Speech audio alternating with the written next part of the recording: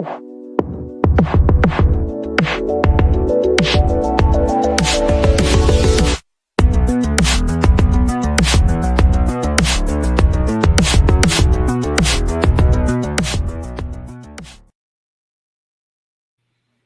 salutations, and other big words. My name's Ethan. My handle is Wrangler. Welcome to Frequency Studios, Weekly Wing It number 132 here on Rumble and YouTube. And starting off with us tonight in that big box right over there, that big box full of talent, is Mr. Frederick Gimon. Hey, how's it going, everybody? I'm done with the comic book, and I'm doing some bonus cards today. So we're going to be sketching out. Haven't done the clothes on this one here. She's not going to be nude. I'm sorry to disappoint everybody, but I thought you were French. Well, I am, but my clients are mostly American, so that's not going to fly. Plus, this is like geared to an all ages kind of crowd. So Yeah. I could have her be sexy, appealing, but I got to have something on her, a little bit. And we definitely need more all ages stuff out there because so much of the stuff that's geared toward younger kids just ain't appropriate these days. So to have something that's good for all ages, young and old alike, that we need more of that. And speaking of more of that, we got flavor galore with that sandwich right there. Mr. James Esparza, how you doing? I'm all right. I'm chilling. I'm enjoying life. I've been finished up another story today, but I haven't put it through the editing process. Just kind of put the final raw punctuations on it. It's like, yeah, that'll do.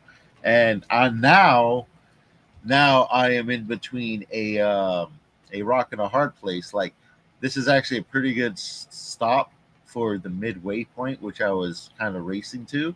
And I'm curious if I should make this the midway point or add 3 extra episodes to see where it goes, because where it's at right now is a real great arc. And yeah, I'm having a good time with my short stories, and you should check them out at worldwithoutendlord.substack.com, where they are released for free with a downloadable PDF, fully formatted. Enjoy. Nice. Wow. Nice. Now, is that part of the villain series or a separate? Yes. This is the villain series, and I already have another series completely plotted and ready to go. 2 series that are plotted, ready to go. And I want to take a month off to plot out the villain and write a bunch of these episodes for these pre-plotted shows, so that way I can release them as soon as I can and just get a plethora of different shows out there.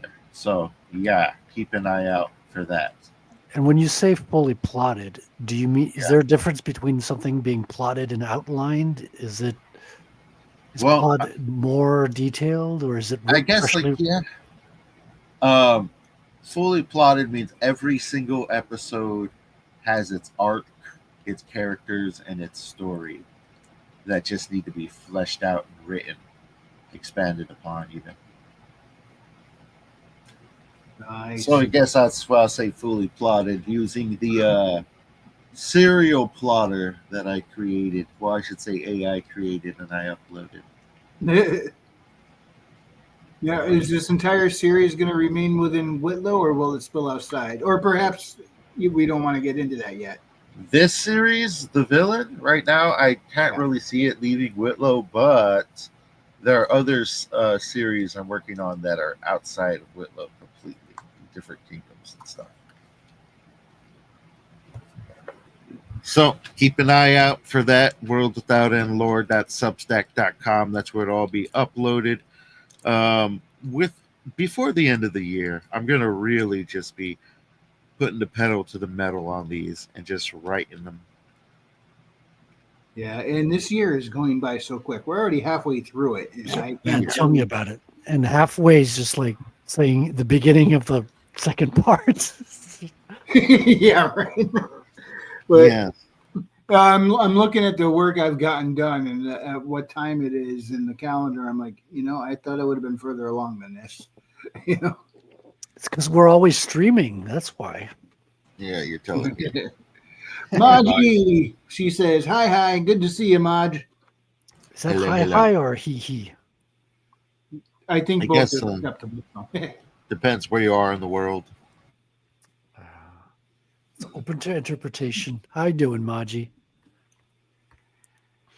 It's going pretty good. Now, did you guys hear what's going on with Steam? No, I'm not. Something with payments. I don't know for sure.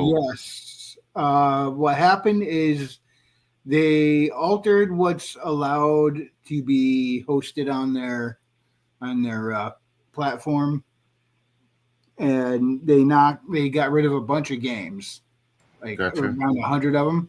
And it turns out because it says it doesn't comply with the standards of their payment processors. Yeah, that's because of the Visa MasterCard requirements.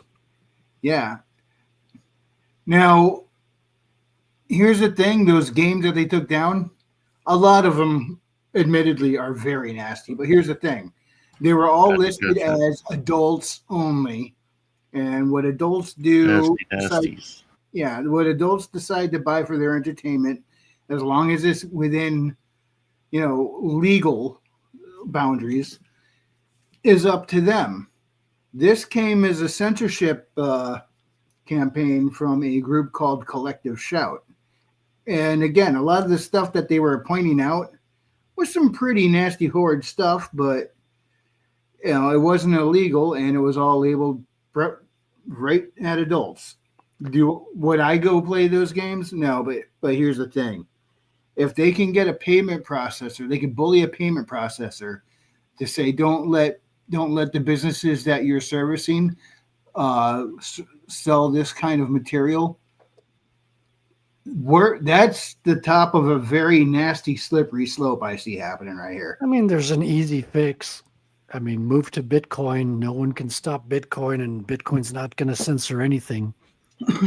Problem solved. Yeah. This is true. But I'm how going to be how are honest you gonna when it comes to the public market. Last time we had this conversation, I said those games is where I draw the line. So if those games get removed from the public market, like the reasoning behind, obviously I wouldn't agree with, because it's just showing the cards of, you know, what they have done for a multitude of different digital assets on their platform and what they're willing to do in the future. But when it comes to these games, I'm sorry, I draw the line beyond those. It's just that's when again? it's straight up porn games. Yeah, I do not like them being there either. Yeah, but I But think what I we're don't just like the way they came down. yeah, I think the crux of the question is not should these games be censored or not. It's should the payment processor be deciding what Steam censors or not. Exactly. yeah. Well, they already have. This is unfortunately nothing new. Steam's been in this kind of nonsense before, with a multitude of freaking other things as well. That's why other platforms actually came to be. What was it one? GOG. That one essentially was considered better than Steam, and what people kind of flocked to get their hands on their own digital assets. This is the way of Steam. When you roll the dice with Steam, this is what you're going to get. Yep. Now, Unfortunately, I didn't even hear of GOG until like 2-3 days yeah. ago. Somebody mentioned it to me. Was it you who mentioned it, or was No, I haven't. But it that's might have been essentially Dave? where that came from. That platform came from. It's nice to see that it's successful, because a lot of platforms in general where you can buy keys from, they're almost all directly accessible through Steam or meant for Steam, like direct Steam keys. So there's that gamble we take every single time we flux with Steam. You're rolling the dice inside their marketplace and ecosystem, and one day it will go down, purposefully or otherwise, and one day all these games will be just wiped out. I mean, they're not erasing it from your computer system, though, right?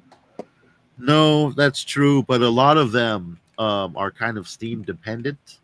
Something happens to Steam, your games just don't work. Yeah.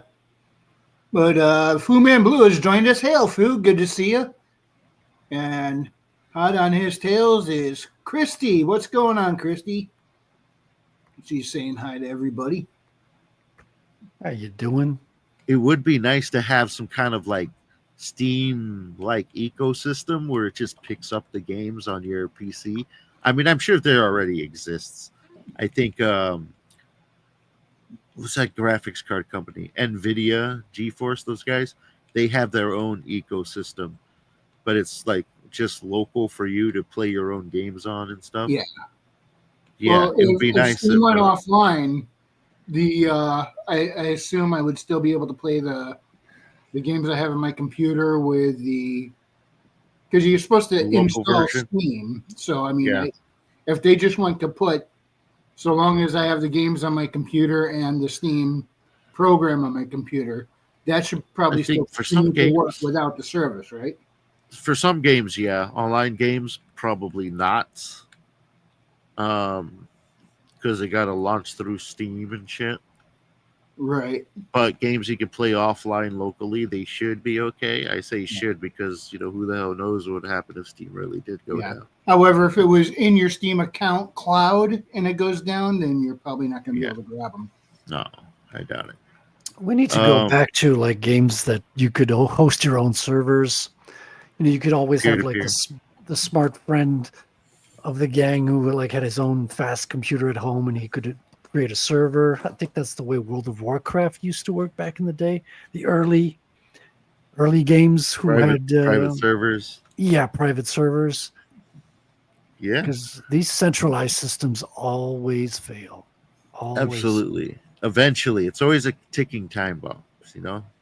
Always. Remember the days when you can go buy a game for your computer, you bring home the disc, you put it in the computer, and we got to get that option back somehow. I remember when games were on wax cylinders and you had to roll your cylinder and load up the game in your system. I played Zaxxon on a cassette tape. Oh, dude, Zaxxon was amazing because it's one of the first isometric spaceship games. I thought it was I was fascinated. It's like this thing that I thought was for playing music. They could put a computer game in this? Wow. Yeah. It was I wonder how that worked, actually. It still mystifies me because you had to rewind and kind of play to read, and then I guess you could record to save. It sounds like the worst possible technology to be saving files to, but they made it work, man. VIC-20, I remember I was in 5th grade. We had a VIC-20 in the classroom. At the back of the classroom, like we had 3 computers. One of them was a VIC-20. I think we had a Commodore 64 or something. And there was an Apple II. I miss the Amiga. I never played with the Amiga. Yeah, it was around back at the same time. Christy says, I need a bigger screen. Who's the sandwich? That's James Esparza, Christy. Yeah. Man of many forms. Hey, guys. Hey, Raven. What's going on, Raven? Sorry I'm late. I started writing and completely lost track of time. I almost missed the beginning of my own show for that once. I was sitting there working on writing, and I went, oh, we're going on in 10 minutes. I should probably post the invite. That's the thing about these creative practices. You kind of have to block out all time and space when you're doing them. It's like you really do. And the rating stream that Otter did last week just kind of accentuated that, because we'd start going, I'd type a sentence, and then I was, time's up. What? Well, there was that one time where he forgot to actually start the clock. And when he looked up, the one time, I think you did it twice.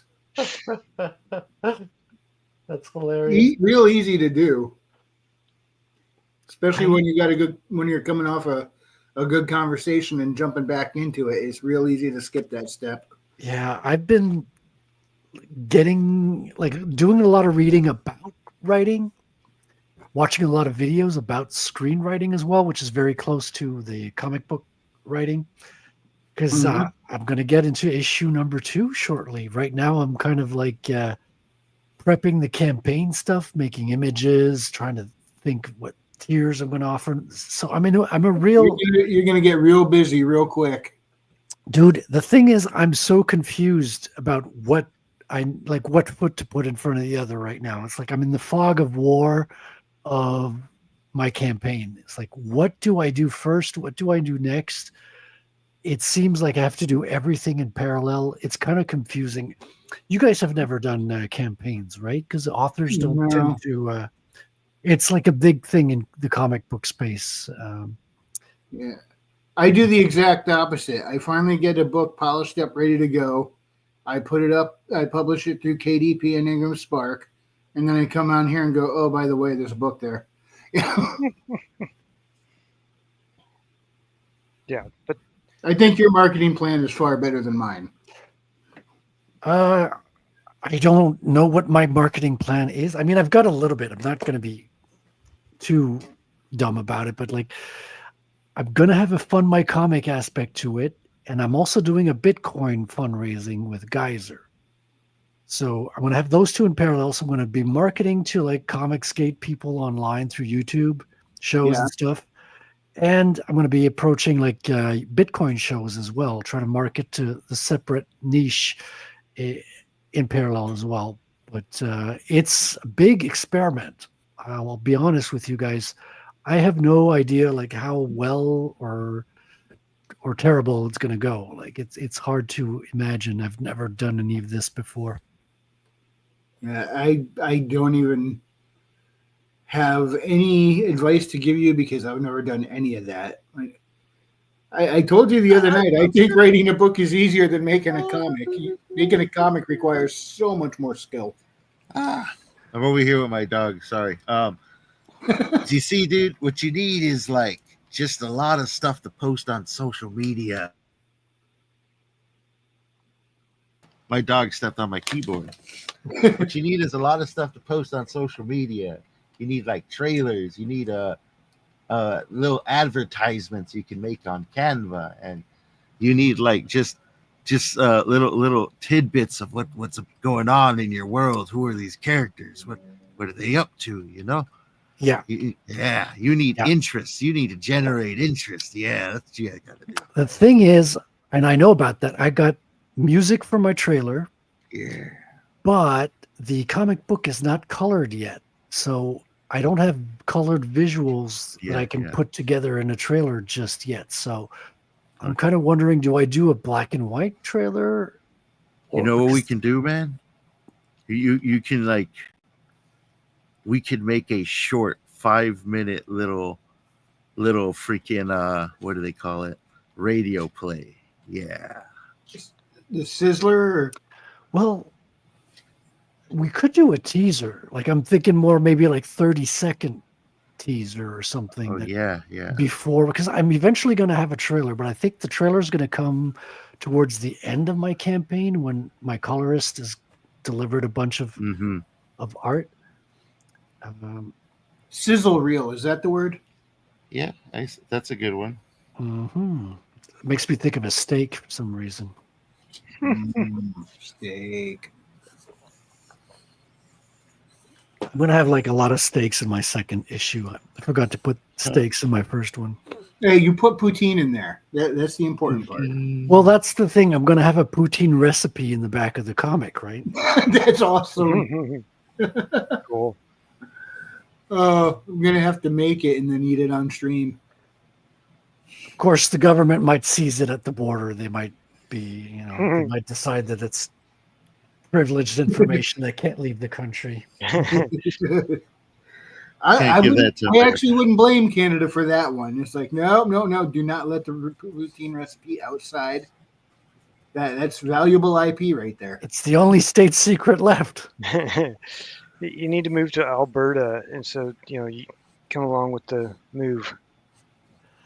Well, yeah, I bet they're going to fall like cards. Like, I don't think it's just going to be one or two states, provinces that are going to go over to the United States. I think the whole country's going to topple, and Trump's going to get what Trump wants. It usually happens that way. And I'm actually kind of ready for a trade. You know, get rid of a couple states from here and gain Alberta. Suddenly we're playing Monopoly, but the Yeah. game board is the North American continent. That's hilarious. Yeah, I mean, if Because I like don't know, like how because how would that work? Because Alberta's pretty far off from here. Like it's well, across the country, right? It's like I think going from New York. Florida to California. Yeah, I think New York would enjoy Canada, or at least New York City. Yeah, yeah. I have some New Yorker friends. They're very like they come up to Canada frequently, but I think I've become more based than New Yorkers now. That's why I hang out with people from Texas, or you guys are more based than New Yorkers for sure. You sure? I'm from California. Yeah, but you seem to be an outlier, kind of like me, James. I get Not the really. feeling. I get the feeling. No. People just focus on the cities. As soon as you leave, it starts getting based quickly. All I gotta do is look at my local news X feed, and it's really based in those comments. Oh, even in California? Yeah, I'd say it's more of Yeah. a purple state. They've been scamming through the cities and overpopulating with the illegals. Yeah, most of California is actually red. The problem is the cities basically tell the state what to do. Yeah. How about that Minnesota mayor candidate, right? Be right back. Alrighty. Now say that again, Frederick. Did you guys not see the Minnesota candidate? Was it for mayor or for governor? He was a representative or something, right? He's kind of like the same as he wants to do the same thing as the guy that's running for New York City mayor. Yeah. Yeah. Yeah, that guy sounded bonkers. Yeah. It's like they're communists coming from other countries starting to run. They want to come and run your country. Yeah, well, what's her name? The representative from there that's originally from Elon Omar? yeah. So she's being investigated because she married her brother in order to bring him over. And then apparently there was a lot more fraud than just that, because they ended up She sounds figuring just out as American as us rednecks. she figured out how to bring over a lot of other Somalis. And so they all voted for her to get her into office. Well, just And as long as none of those Somalis are Johnny. Turns out they're all, well, Johnny's not from Somali. That's just a name. yeah, Turns out they're all her brothers as well. It's one big lot of inbreeding.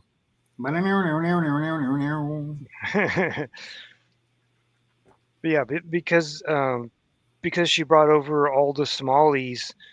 That's kind of why that state and city are kind of just all Somalians. No, Christy, he does not. That is the baseline sketch. He hasn't detailed the clothing yet. Yeah, it's just she's wearing clothing that's quite transparent at the moment. There's some superhero tights. Let me just lower this here. Well, that's not better. Zoom and enhance. Yeah. Hey, Christy says it sounds like her cat's family tree. Yeah. Oh, did you guys hear about Katy Perry? I saw the title of a video I scrolled through on YouTube earlier that said she almost died performing a concert. Oh, yeah, the malfunction of the prop failure. Yeah, the crane thing. Yeah, it fell a couple of feet. I don't know if she was in danger of dying, but probably would have fallen like 10 or 15 feet. probably would have injured a lot of people.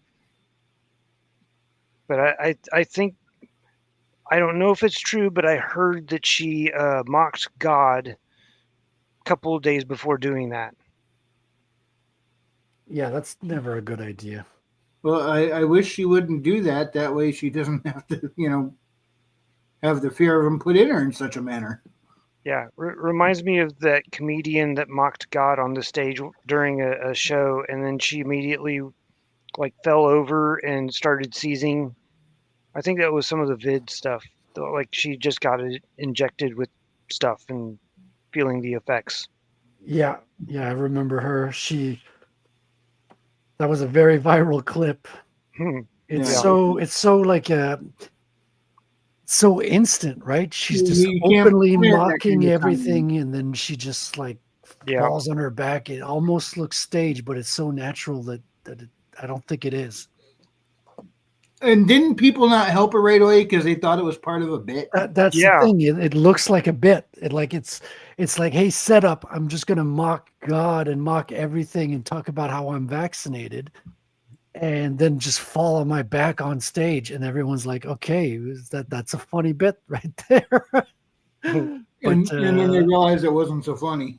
Well, Yeah. there's a lot of people who just like who weren't comedians who would just like go up to podiums and just fall backwards during those years, those early days of the woke poke. Yeah. The woke poke. Ouchie. All these years of listening to stories on this subject, not once have I ever heard somebody call it that. And it is just so obvious. How did we all miss it? Yeah, I heard it somewhere, but Yeah. heard Well, it for the heard it. first time last week, I believe. And I was like, oh yeah, I had the same reasoning as you did, Wrangler. I was like, oh, that's a catchy one. yeah, probably better than the Fauci ouchie. Well, yeah, if you could simplify anything, it's always better at communicating, right? It's like China. 2 syllables and beats 4 in marketing. Yeah. Christy says there's a dance and they do a thing called the dead drop. Yeah. Yeah, speaking of dance, Colbert was fired. Mm-hmm. Yes. He had a huge pro woke poke like dance on his show. Oh, I remember dancing with the syringes. Yeah, they were was, full costume regalia. that was apocalyptic. Not only that, but apparently it became a whole joke bit. So he just had to say the words and people would laugh. Yeah. It's like you're supposed to tell us jokes, not be the joke. Well, it's funny if it's a physical bit or something, but I don't know. Well, joke's on him now because he's canceled.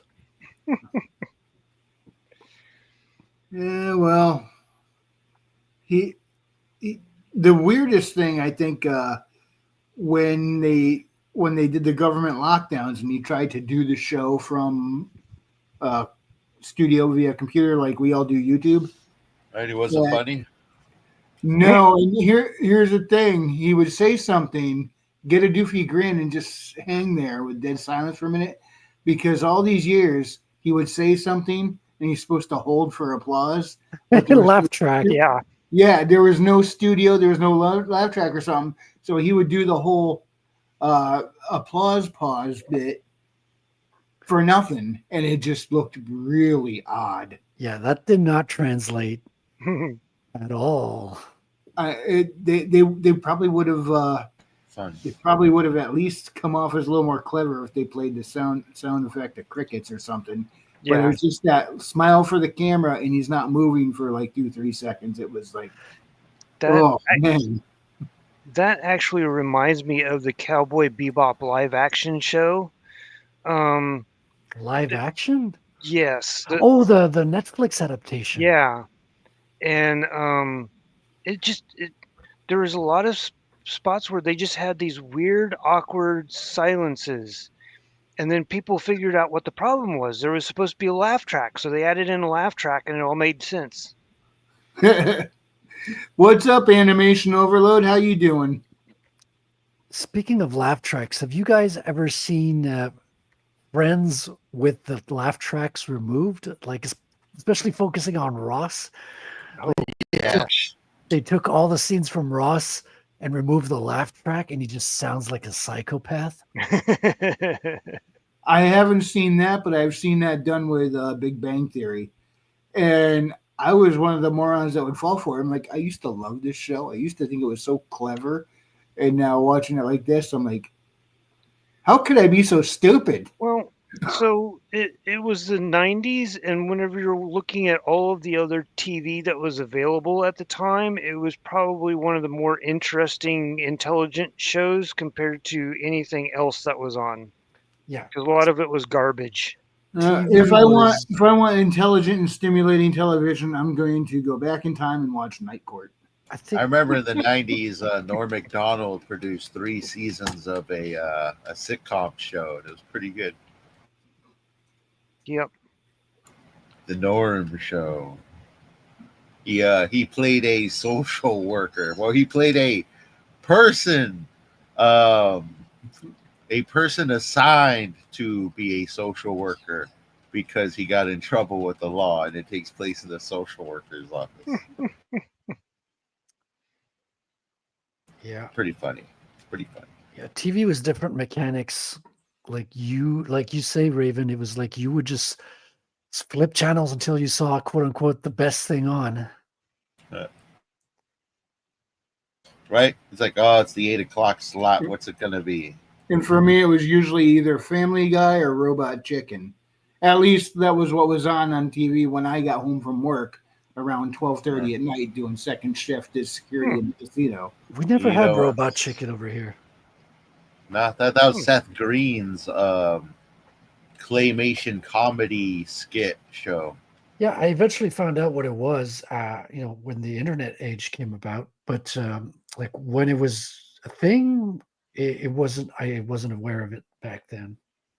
It's alive. One of the shows, well, I guess it was 2 shows that my friend and I argued back and forth over was Enterprise versus what was it? Andromeda. Enterprise, is that a Star Trek thing? Yeah, Enterprise is like the prequel. It has I keep thinking Archer. Got Bakula as Archer. Yeah, Bakula as Archer. Oh, and, dude, you make me think of the Archer animated show. That was my favorite show for a while. I was thinking Archer, and it just kept making me think of that animated show. And I'm like, that's not what I'm thinking about.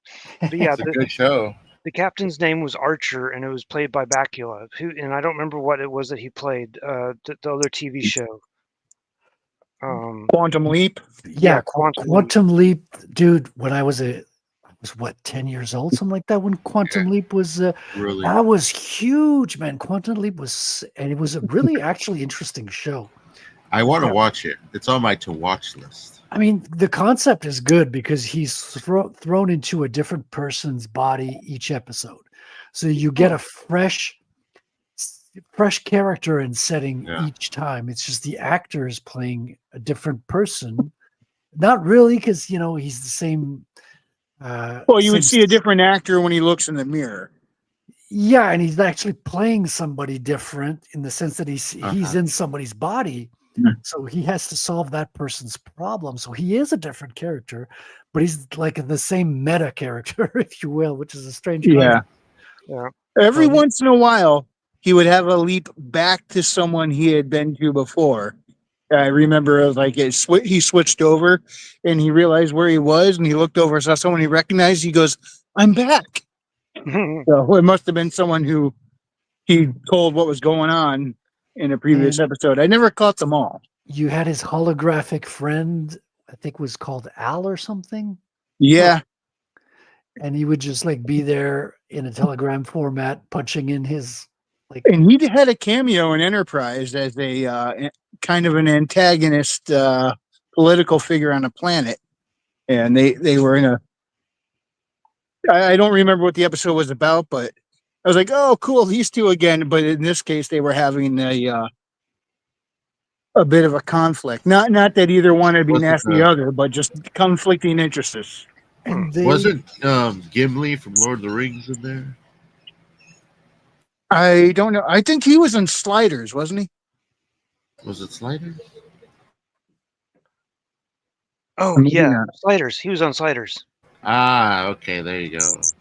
to be fair, they had a lot of conflict on Quantum Leap as well because like they had different visions on how to they had no idea how he could solve what you had to figure out what the person he was, who he was, what the problem was, and what they needed to do to get leaped into out of there. Hopefully you would wish that it would be the final leap each episode, but it never was because the series was successful. Shows too Animation successful. said Sliders was fun. Yep. The first Sliders was season fun. and a half, it unfortunately kind of fell apart. But Yeah, I watched a couple seasons of it. It was really cool, and then I went off. I worked somewhere for some summer, and whenever I got back, I was like, "What in the world is going on? Who are all these people? What? Why I are think they that was a shooting?" result of studio interference. Yeah, probably. It's weird. Without the studio, you can't make the show. Yeah. But then the studio kind of screws up the show. It's the weirdest thing. Yeah, It's like, I mean, you need this to do that, but this will eventually kill that. Hmm. yeah, I mean, not always, to be fair. But like it's money. You're risking a lot of money when you do these things because you're paying actors to have fun ultimately. So if you let anybody have added at the money, a lot of people will just burn it away. You have to make sure people have a plan and that it's going to be entertaining and eventually sell ads. It's Yeah, and they like lost a couple of actors because they didn't like what was going on or something, and then eventually like they only had like the main guy that was doing the sliding, and then I think even he ended up leaving. And it was like, okay, so who are all these random people that I've never met before? Yeah, like every bit of the team got replaced, and then you end up with a completely new team going Yeah, around, and the guy who made the stuff isn't even there anymore. yeah. It's really weird. Who remembers The Greatest American Hero? That name sounds familiar, but I don't. never heard of it. Frederick, I thought you would have been the one to have heard of it. I think it was late 70s, around the time Dukes of Hazzard was on the air.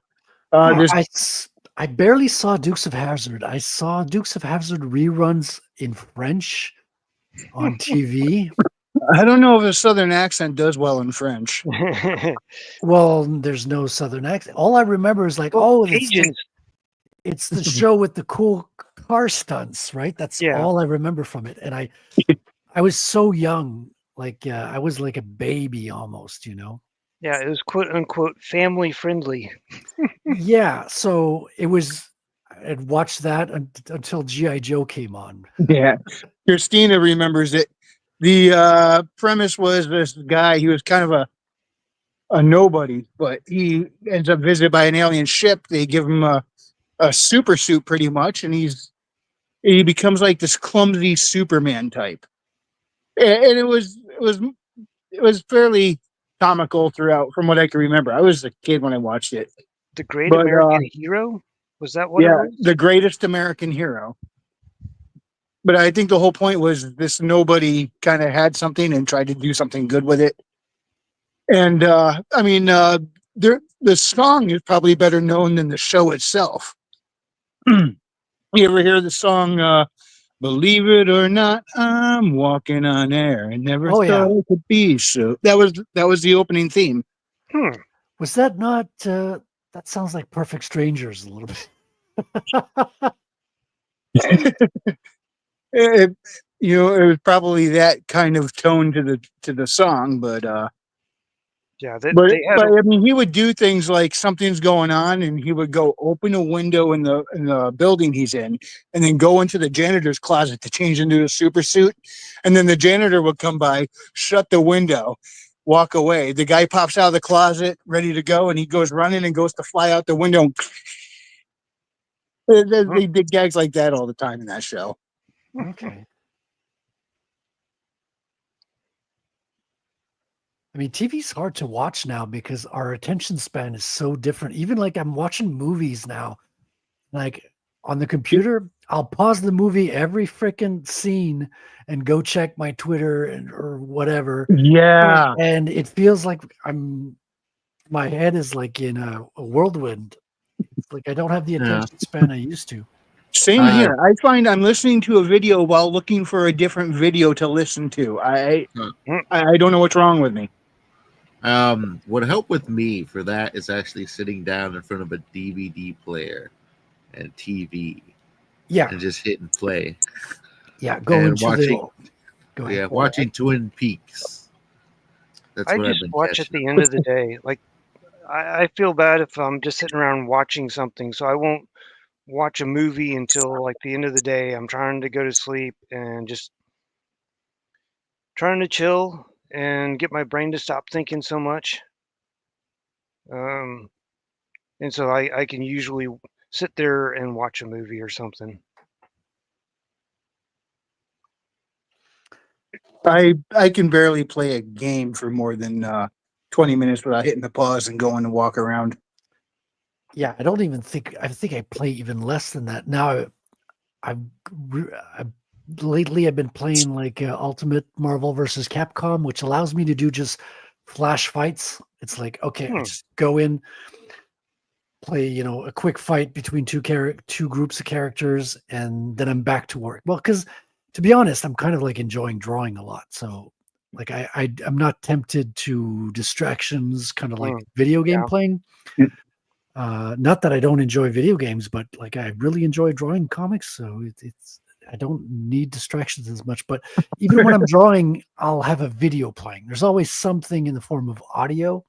So YouTube is great for that because YouTube is kind of it's the modern radio in a way. It really is. It is my talk radio. I take the podcast. I listen to them when I drive at work, and I don't use regular radio or television anymore at all. It's like internet killed the video star. I was actually thinking of picking up a cassette player and then finding I have found a bunch of old radio shows on cassette and just listening to them. Hey guys, I'll be right back.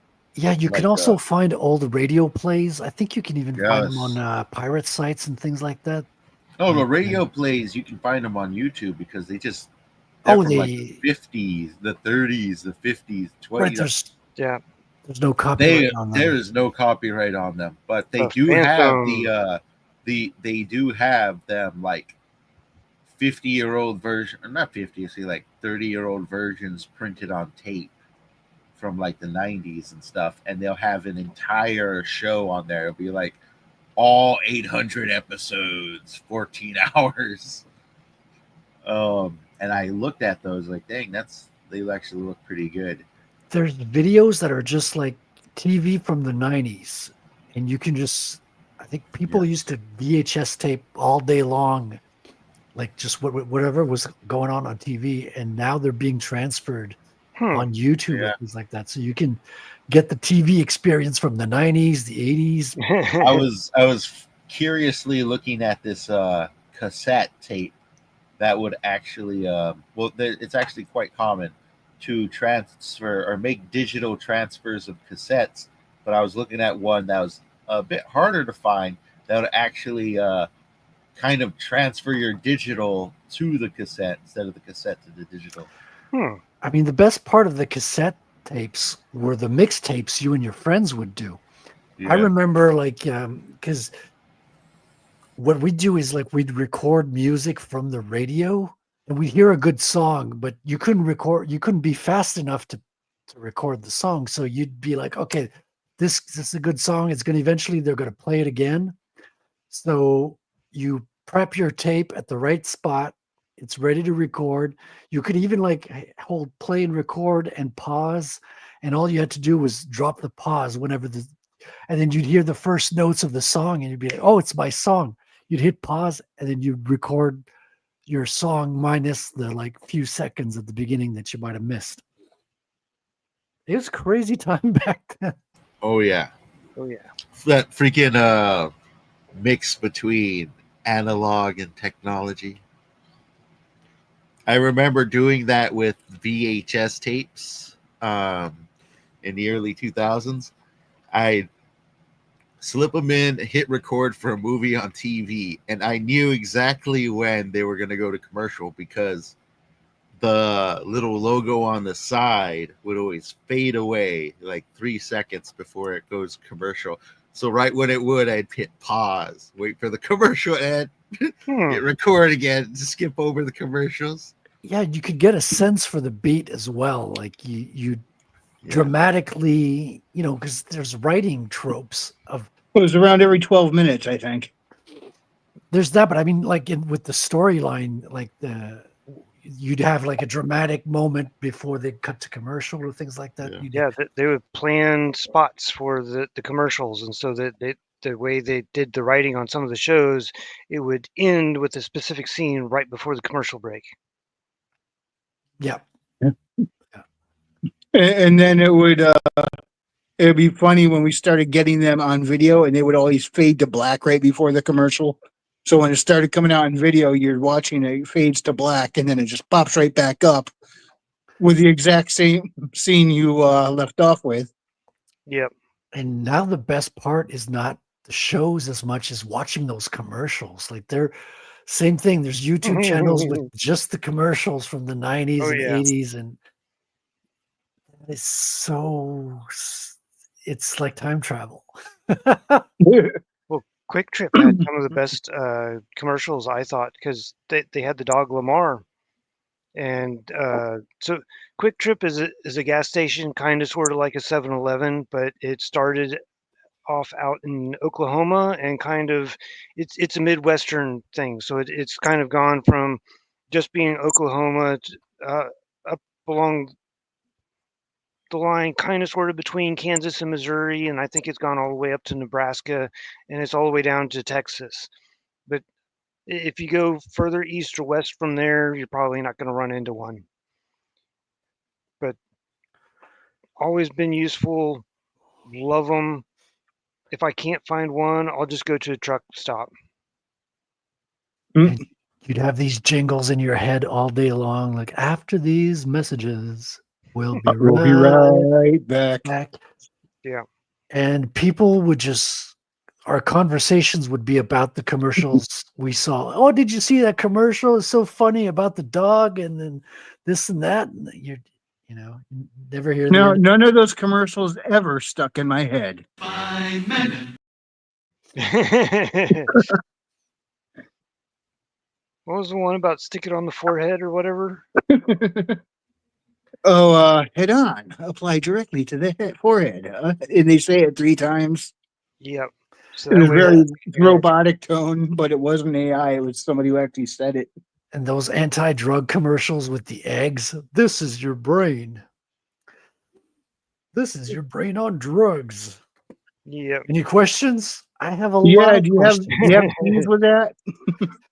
What kind of drugs are sunny side up, and what kind of drugs are?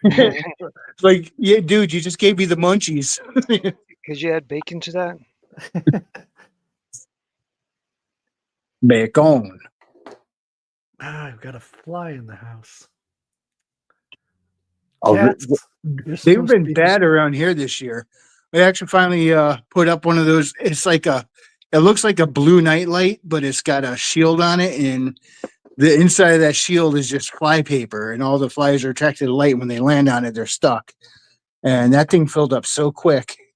And it's like, didn't even make a dent in here. Where are they all coming from? Checking under everything to make sure there's not like a dead mouse somewhere. It's like, no, the bugs are nasty this year. Yeah, just one of those cycles. Well, you know what they say. The world's coming to an end. Eventually, just not quite yet. Spoilers. Hey ho. I gotta finish. I gotta finish a couple projects. Then it has my permission to end. Like it's gonna listen to me. If it would listen to me, Ubisoft wouldn't have things like you need to destroy your game copies when we tell you to. If we decide we don't want to sell it anymore. Yeah, I'm gonna be like drawing comics as the world is ending. Like it's gonna be burning outside, exploding. You'll have like Be one of nuclear those guys. mushrooms, and I'll just be here. I mean, you guys did hear about that, right? What? Ubisoft demanding that their customers who bought games from them, if they say we're no longer supporting that game, it's in their EULA now that the customer is responsible to destroy their copy of the game. Well, good isn't luck with that. Yeah, isn't that what's brought up the meme about if it's not ours after we bought it, then it's then stealing it isn't piracy or Oh yeah, No, if no, buying if buying isn't ownership, then piracy isn't theft. isn't Well, stealing, it literally isn't, but yeah.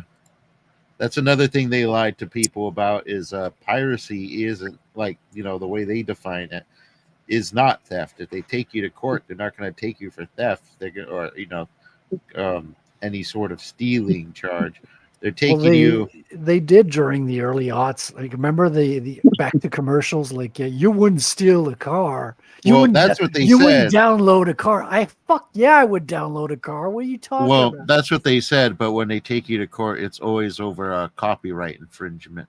But even then, there's a funny story. It shows you how hypocritical they are. That trailer you just mentioned was made and the music was licensed only to appear in a single indie film that appeared one time and was only supposed to appear one time associated with that film in some movie festival, film festival.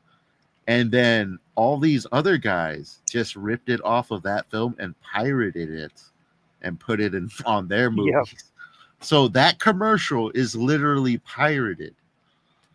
Yep. Didn't somebody get in trouble for doing that too? I don't remember if they got in trouble, but I don't think we're going to be seeing that too much from the stuff. Yeah, and you got to remember as well the context when we're talking with audio tapes. That's how people got media back in the day. Oh yeah. Like you had to copy stuff to get access to it. Thing is, when the internet came around with Napster, it just gave us a superpower. That's what scared the fucking the corporations is now because they did the same thing with audio tapes. You would have to pay. I mean, it was all hidden fees, but part of the cost of the tape you would buy would go to these corporations as a compensation for copyright because they knew people would just be taping off the radio. They'd be taping the songs and things like that. And it was an invisible tax taken from us. When I was a kid, I used to take a boombox, put it in front of the TV, play a recording. I would take a video. First, I'd take a video cassette, and I would actually play. And as soon as it was nice. They had bumpers before and after the commercial, so that's why I hit pause. Then I would hit continue to record, and then I would have a video cassette of a show without the commercials. Then I would play that back with a boombox in front of it. I'd hit record, and then I would take the show with me and just listen to it on car rides when I was a kid. Oh yeah, for sure, man. I mean, I started doing that because my folks got me a audio tape of a Transformers story, and all the voices were way different from the ones in the cartoon, and some of them just didn't. It sounded so bad. I'm like, I'm just going to go audio record the cartoon and listen to that in the car from now on. yeah, there was even vinyl of like kids shows, like Japanese animated kids shows. They do vinyls of just the audio of the episode with all the sound effects, laser shooting and all that, and music and stuff. And my mom would just take the vinyl, put it on cassette, and have me listen to it in the car on long car rides. Because how do you get a kid to just enjoy a car ride quietly? You put their favorite show on the radio. Yeah. Now vinyl's kind of in some ways making a comeback from what I understand. Even one of my nieces, she's been collecting vinyl records. She has a turntable. She listens to them. Yeah, it never went away. It just people stopped noticing it when CDs came out. and everybody kind of rebought all their music collection on cassette tapes and then CDs and then MP3s. But vinyls were always there in the background, never went away, and it's always been kind of this retro thing. Yeah, but I was very surprised to hear Ubisoft actually saying, "No, you need to destroy your copy of the game you bought from us when we say we don't want you to have it anymore." I was like, what kind of egos do these guys have? Seriously. Yeah, that's Well, bonkers. Ubisoft, now that you're in debt and like failed in your latest projects, you need to destroy your company now. Yeah. I want to It's see the building go down.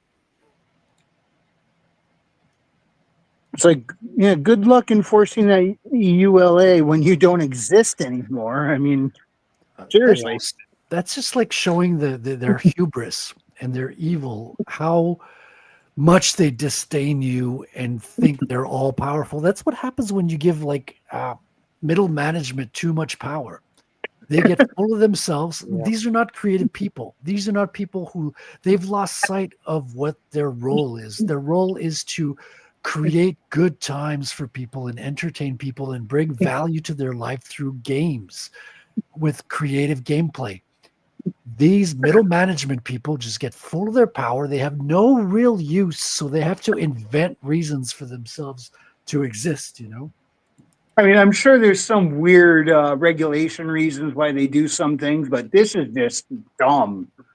I mean, Ubisoft is actually one of the ones who would put out games on the shelf that would have just a piece of paper with a download code on it, but it was very unnoticeable on their. You know what? I'm gonna check. Yeah, I gotta turn my camera back on here for a second. I'm gonna open this up live on air and just Careful. find out for certain. Careful. Some Do it, people are Brock. getting caught opening their cameras. There's also we got some more news about this. What's this pirate guy called? Game Pirate.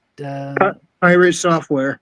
Pirate Okay. Software made the news again because he Yeah. leaked some information that he was basically paying to fudge the numbers on his streams. Oh, Oh wow. gosh. Wow. Yeah, one of his mods had a fake, an alt account, and he was creating. They call them bits, which is I think super chats or something. Okay. Yeah. Well, anyway, I have here a copy, Prince of Persia, The Lost Crown. Oh wow. And I wasn't going to even open it. I have it digitally on my Switch. I just put this to have it on the shelf. Nice. But so much of their stuff has come with just a download code in it rather than an actual game. Let's find out. Moment of truth, man. If this is just a piece of paper in here, I'm going to be pissed. Come on. What do we got? Oops. Got plastic in my way. That's what I got. I laugh. There we go. All right. What have we got here? Got a cartridge. All right. Hey, Is this what? really small, tiny thing. Oh, That's I what was about to give Ubisoft some much needed props because they haven't been getting any lately, but I thought it was a game manual. It's just a little single piece of paper. Bummer. Remember game manuals? Oh yeah. They used to be beautiful, man. They used to have art. They used to have Yeah. tips. You used to have story intros inside the And menu. in some of the older ones, they would even have a bit of a map. Am I holding that upside down? I like the Fallout one. Or Fallout 2 had an interesting booklet that came with it. Which Fallout map are you talking about, Raven? Fallout 2 had, let's see, I'm trying to remember. I want to say one of the boxes that I got with it had a spiral notebook with information on all the Oh, different yeah. things and stuff. I think that's actually worth some money, the original Fallout manuals, because they were really good looking. There's a whole story about the Fallout manual because Yeah. he picked up a high-tech manual from the garbage that he salvaged because he thought it looked so freaking cool.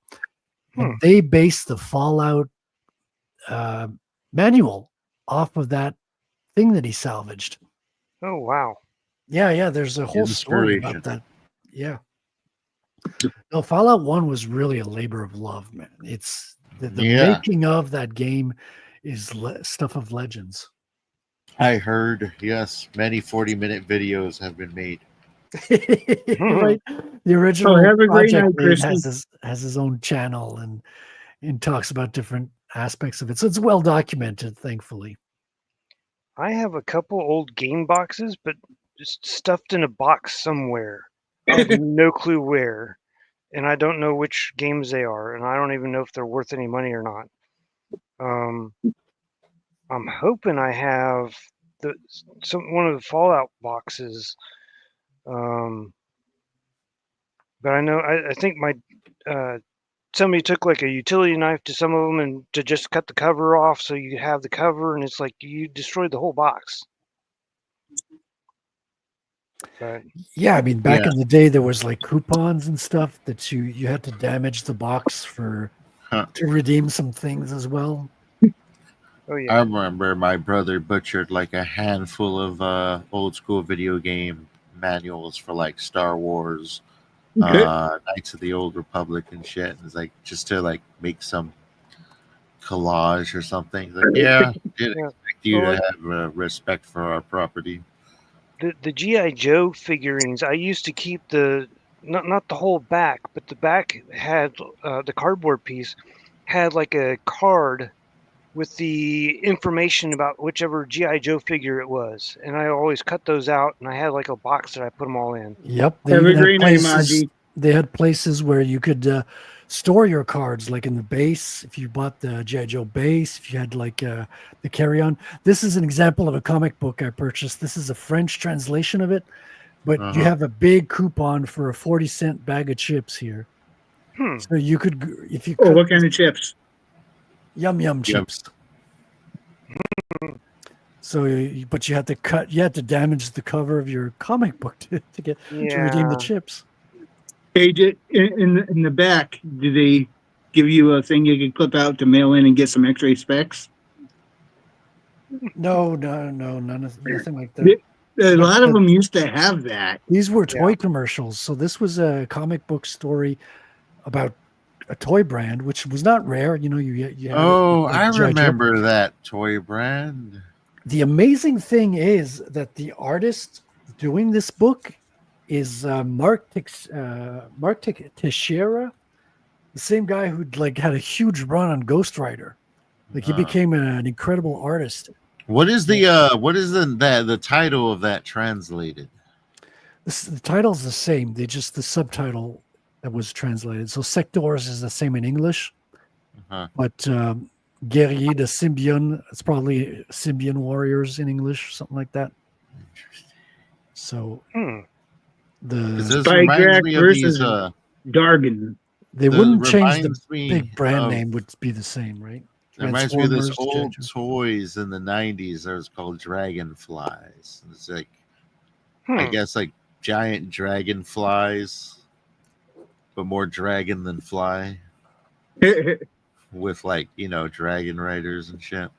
They had so much stuff to sell us plastic back in the day, man. I think I had one. Yeah. I got to step away for a minute. I'll be right back. Alrighty. After these messages. We'll be right back. Yeah, analog technology. I'm looking at it. But a new series of old school illustrated comics has caught my eye, and it is the 1950s UK series known as Super Detective Picture Library. See, the term comic, I guess, hadn't really Okay. caught on over there, so they were called picture libraries. And apparently, this was a thing in the UK where you'd buy picture libraries, and it's just comics of all sorts back in the 50s. And these are actually what I'd call rare, like true rare. You see, you have a lot of these comics today that people say, oh, they're rare. But if you just eBay them, look them up online, you're always going to find at least one for sale, usually 40 to 50 for sale. They're not really rare. They're quite available. And some of them, you just got to shell out more money. They may be expensive, but that doesn't equate to rarity. Some of these are actually rare. Some of these you'll find maybe only 1, 2 listings on the entire internet, if any at all. So that's what kind of piques my interest in these. That and one of my favorite radio shows, which was The Many Lives of Henry Lime, or Harry Lime, has 2 of their radio broadcasts that were short stories converted to radio, made into comics in there. So I want to pick that up, but that issue is like $75, and Oh, wow. it's the only issue available. So, And you're making Maji hungry. Dang it, Maji. Now I want a sandwich. well, go make one then. Geesh, no one's stopping you.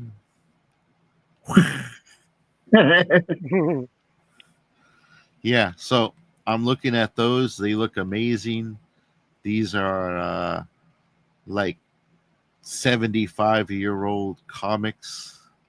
I'm gonna probably pick one up next month, if not just a single issue here, though there are cheaper issues and cheaper series available because there are quite a few series out there.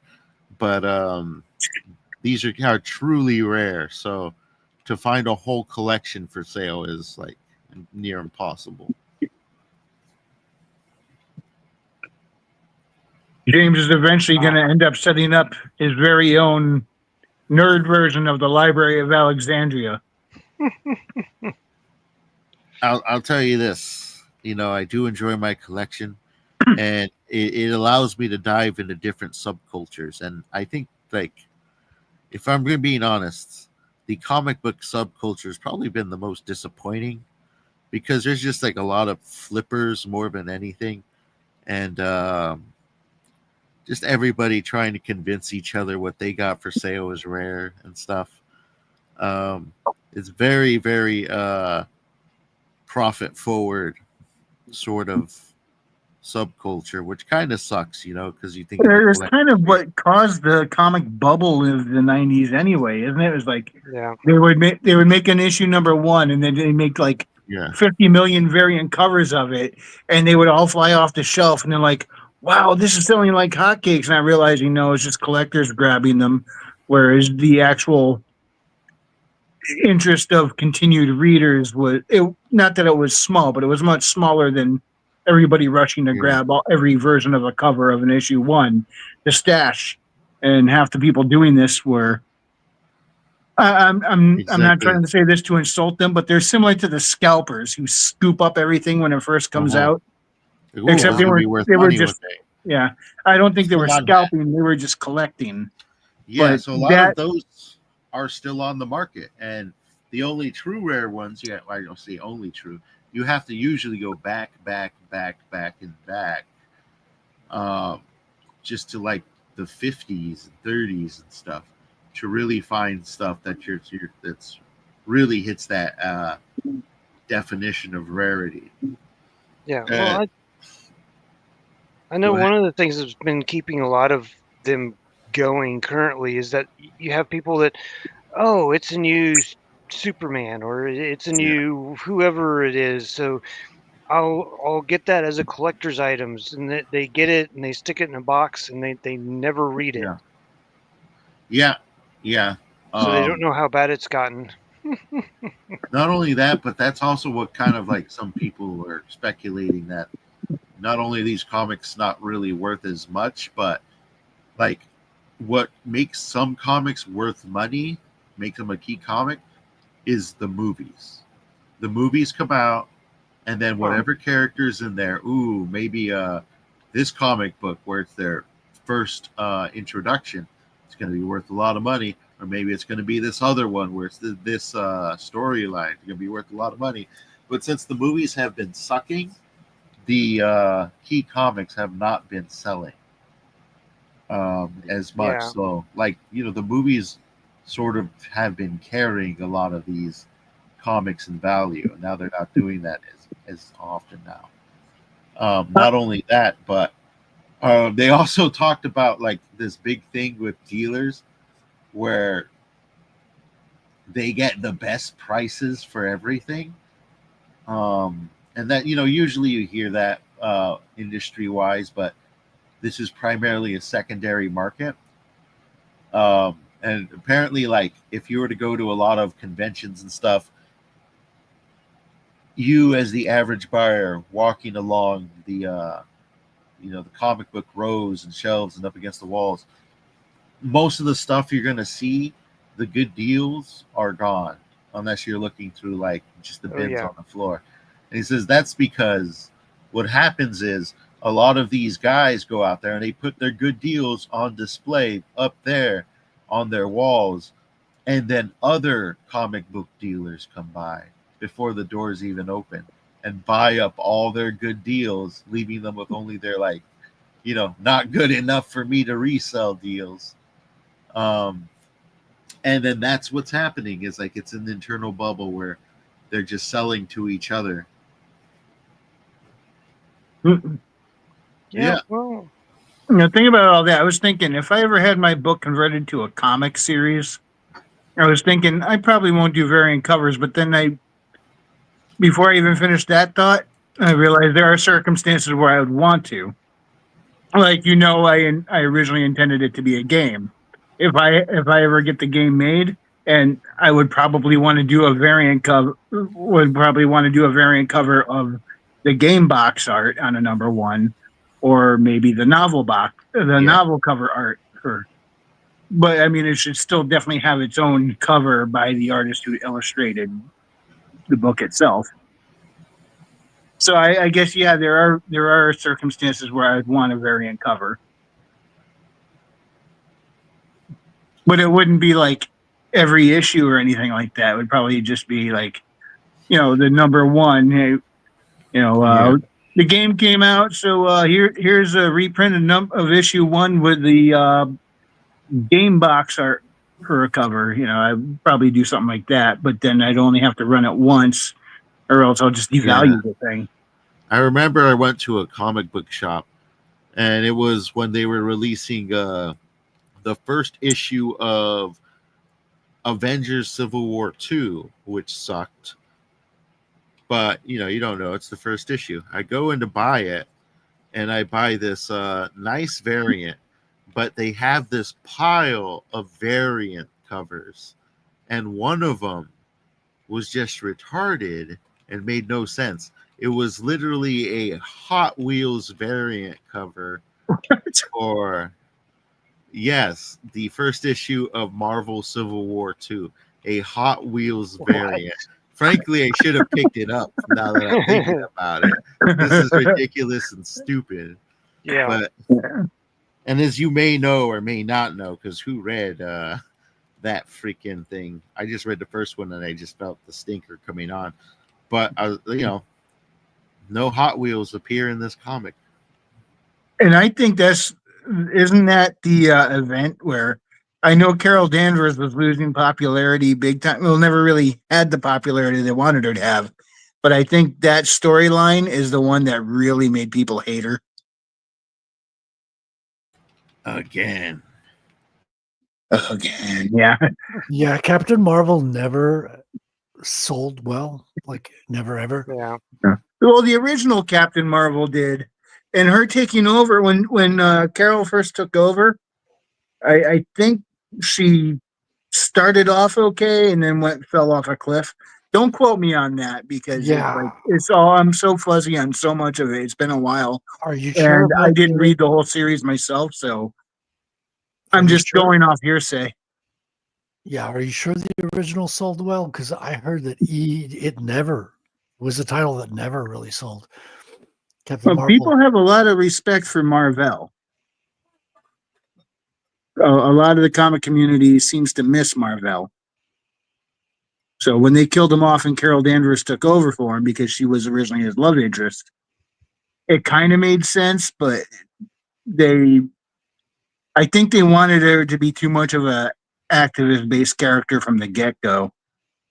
I mean, but then again, Wonder Woman was originally supposed to be a character to represent feminism, and people love Wonder Woman, but that's because they had good writers.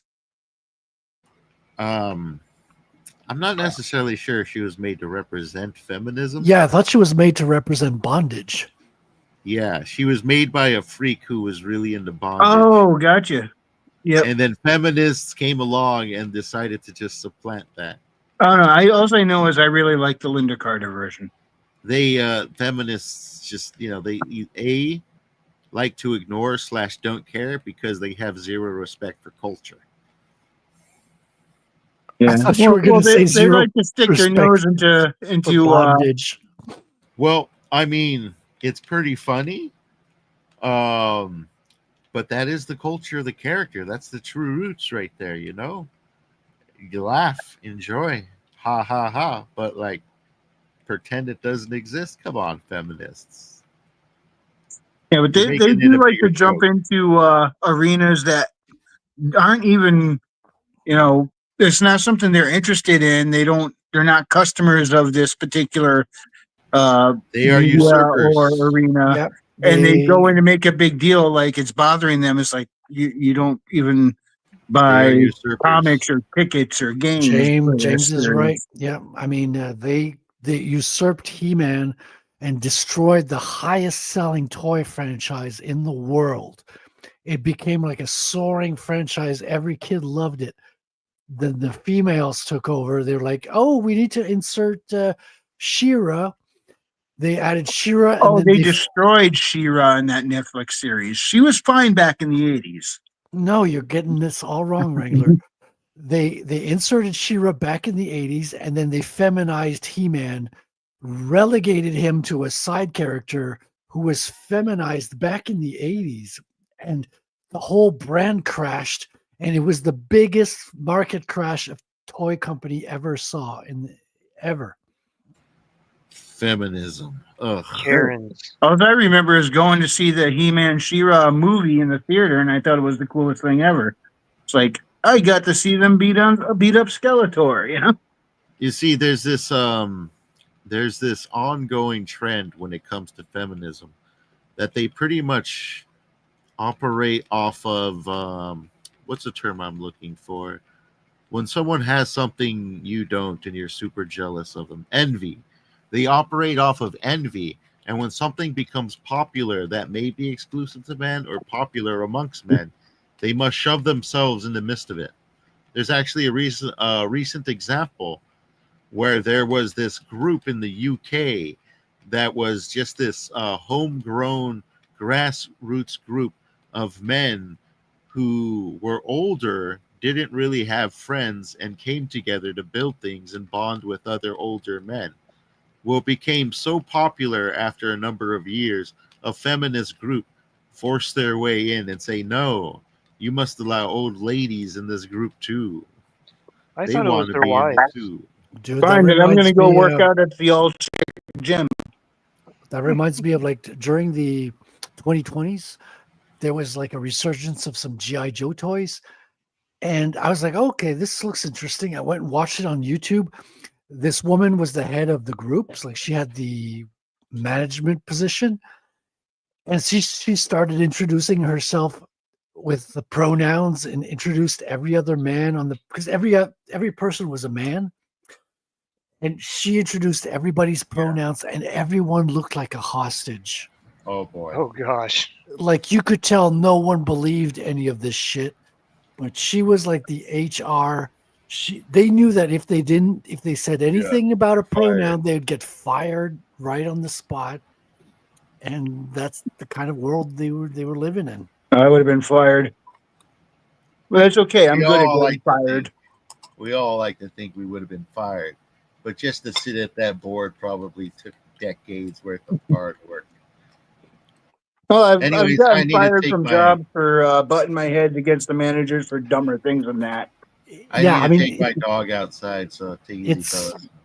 it's easy to Alrighty. judge from afar, but you got to think about like people in those positions. A lot of times, it's their dream job, and they worked hard to get there. Yeah, that's true. Whereas I was, you know what? Screw it. I'll go find another job. But if someone's in a company, put in years and effort and advancement, yeah, I could see why they wouldn't want to risk that. Yeah. Yeah, it's not always an easy decision. Sometimes people are put in tough spots, and we're in a weird time, man. Yeah. Thanks for pulling me back to reality on that one, Frederick. Even though I'm not too fond of what the reality is. Sorry about that. I'm not one to encourage reality much more these days. Unfortunately, we got to keep aware of reality, or else we'll be screwed more so than average these days. Yeah, I mean that's why I make comics, is to try to get away from reality as much as possible. Dang, Step away from the reality, sir. man, that's making me think right now about my Trekkie friend, and like I've had a lot of issues with Star Trek recently. I can't imagine what he's going through, probably tearing his hair out.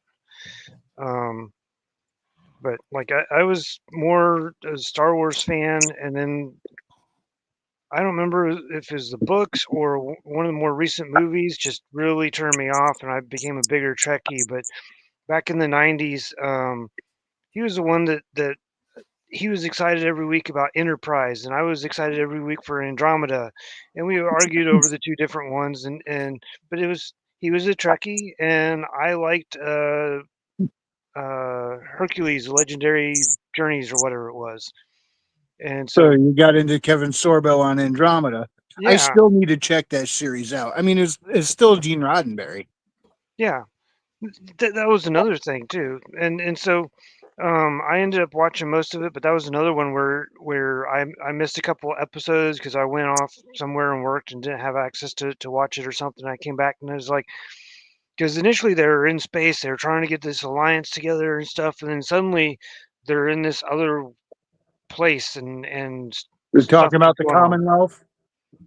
Yeah, they're trying to put the Commonwealth back I'll be together right back. again, but then something happened towards one of the last seasons or something where they got sucked into this other world. Oh, and I couldn't figure out what was going on. You know, what happened?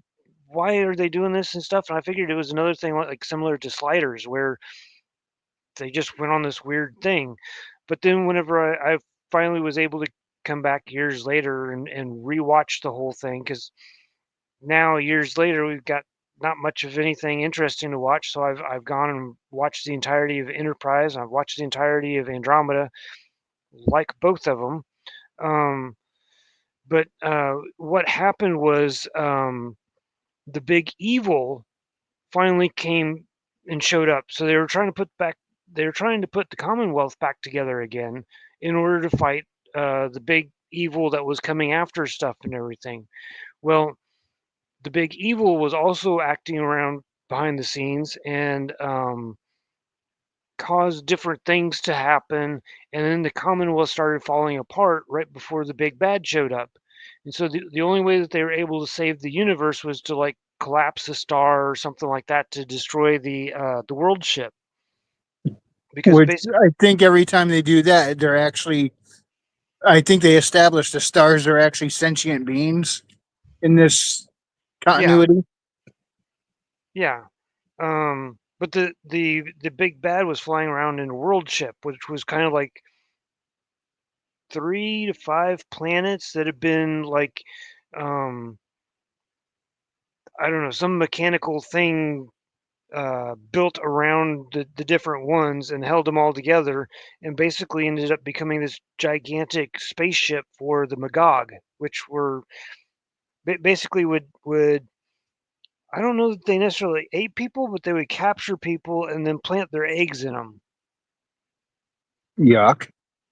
And that was their engineer got got captured by them and got implanted. And so that was one of the ongoing things, constantly trying to keep the larva from hatching. And then they finally eventually figured out a way to extract them, because unlike Star Trek, they didn't have a teleporter. But they kind of, Yeah, the transporter's kind of broken. yeah, but they kind of figured out something, or they had started figuring out kind of a way to do transporter technology, but they were messing around with like watermelons and stuff, and they would typically get them to explode. Oh, high-tech Gallagher. Yeah, but it was a fun, interesting series. Um, so I don't remember if they collapsed the sun, or they did something in order to destroy the world ship, but in doing so, it sent them into this weird situation where they were in a negative world or something. Um, and Andromeda had basically blown up, and I don't remember what it was, like an alternate space time thing happened or something, and so Oh, some for of them. clarification, if anybody out there is not familiar with the show, Andromeda is the name of the ship, not the galaxy. Oh, yeah, true. But also the name of the android and the uh, what was it? There was 3 versions of her, and I don't remember what. So there's the on-screen version, the android, and then the visual that could walk around. Oh, for the AI of the ship itself. Yeah, the AI had 3 parts. So kind of sort of like the Doctor in Voyager. He was a 3-dimensional being or whatever that like from, Photonic. yeah. And so that's kind of what one of the 3 was. It's kind of like a, I can't remember the terminology. I gotta hop off, guys. I will catch you later, though. Okay. All right, man. Hey, go ahead and do your parting plug before you go. Oh, as always, RattelComic.com. The drawings for the comic book, all the pages are done in black and white, waiting for the colorist to finish those. And I'll be starting the campaign in about a month or 2, I would estimate. So still no hard set date, but tune in to RattelComic.com to follow the updates. Awesome. As always, thanks for having me, Wrangler. Thanks for coming on. Have a great night, Frederick. God bless. Thank you. See you later. Later, guys. Now we got a big blank screen in the middle there. When I get back to my keyboard, I'll be able to fix that, but I can't do it from this phone. Or I can, but I just don't know how. Oh, the layout's a little different on the phone versus the computer. Oh, yeah. So But, there's a way to do it, but I don't know the buttons. yeah, it'd be nice if some of the different technologies would remain the same between desktop and phone. I understand why it's got to be changed up, but sometimes it's like, dang, this UI, I know it's in here somewhere and I can't find the button. Where did they hide it? Yeah, been right next to the end stream button. Oops, and we all go blank. Yeah, but it in the weird place, like the ship had been pulled. No, I thought it had been destroyed because they were all focused on this planet for a long period of time, but apparently it had lost all power, and the android version had been sent to the planet as well. But the weird thing was that different people had been sent to the planet at different times, so they had been there for different lengths of time before like the show kind of started up again on the planet. And so like I think the engineer had been there for like years, and he was confused as to why nobody else had shown up, and they'd all left him alone. And so he had kind of gone rogue and stuff. Yeah. When you said all the planets crammed together as a giant ship, it kind of set my mind on the second Guardians of the Galaxy, the Sovereign. It was like 5 planets all merged together. It was like, how is that even possible? I watched a video once on are these planets possible? They would look at sci-fi planets from different movies and go, could this actually exist in the way it does in real life? And the Sovereign planet or planets was a big time no. But sometimes I look at these a lot of desert planets in science Oh, fiction. wow. It's like, You're breaking up a little how bit. can I ever- oh, is that better? Yep. Okay, yeah, I often look at a lot of these desert planets in science fiction, and I can't help but wonder where does the breathable atmosphere come from if they don't have much for vegetation here? Yeah, good question. Maybe it's well. Look at crematoria in the Chronicles of Riddick. How do they have breathable atmosphere on that world? I have no idea. That's a good question, but there are like the gas giants that they don't have plants, or at least as far as we know, they don't have plants, and yet they're covered in gas. So maybe there's some sort of extrapolation there. Yeah, but I mean, having gases, having atmosphere is one thing, but a breathable atmosphere is, to the best that we know, would require something that takes in carbon monoxide and breathes out oxygen. Yeah. So on desert planets would definitely be more questionable. A place like Hoth would probably be difficult depending upon what's frozen. But you do have all those frozen particles. So I guess if you have some heat or something melting some of them in some places, or you've got huge, massive snowstorms all the time. So maybe that's part of the process of water and oxygen moving around. I don't know. Yeah.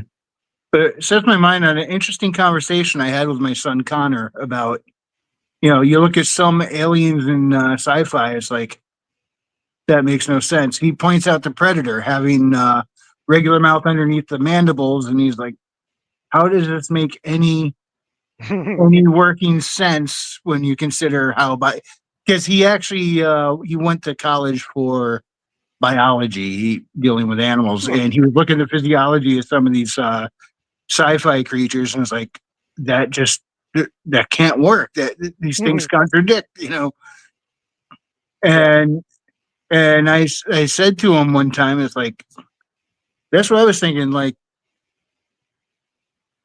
you got metal beings and some planets and all that, but it's like, how? And I was asking him, how do you think I could get a realistic way of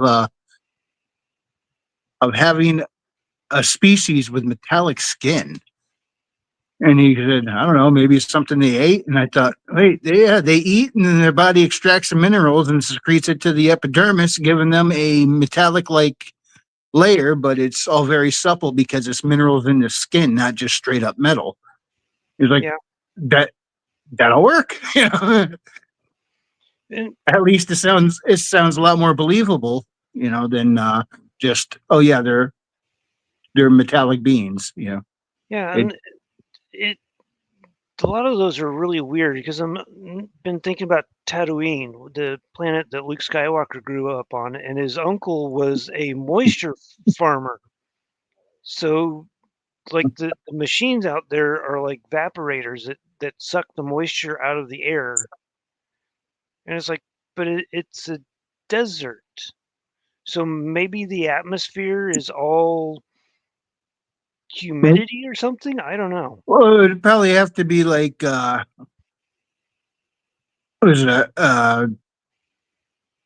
What is it? When it's below 2% humidity for so long, it becomes a desert. So, I don't know. I'm probably spouting off something I heard pertaining to something else and mixing it up. I got it wrong twice tonight on stream. Let me go for number 3. But let me see if Well, I'm going to go to everyone's favorite, never lies, gets everything right all the time, Grok. All right, let's see. What is the average humidity? I speak faster than I type. In a sandy desert.